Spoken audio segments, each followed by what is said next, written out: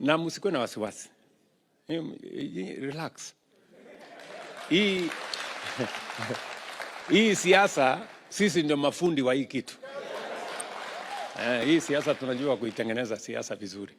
Hapa mbele sasa kiwanja itakuwa wazi. Tutakutana kwa kiwanja. Yes. Ama namna gani? Yes, tutakutana kwa kiwanja hapa.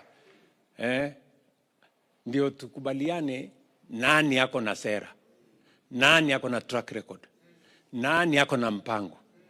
Wananchi wataamua. Si namna hiyo? Ile kitu mimi nauliza wananchi wote wa taifa letu la Kenya, tudumishe umoja. Kwa sababu baada ya uchaguzi Kenya ni yetu sisi zote.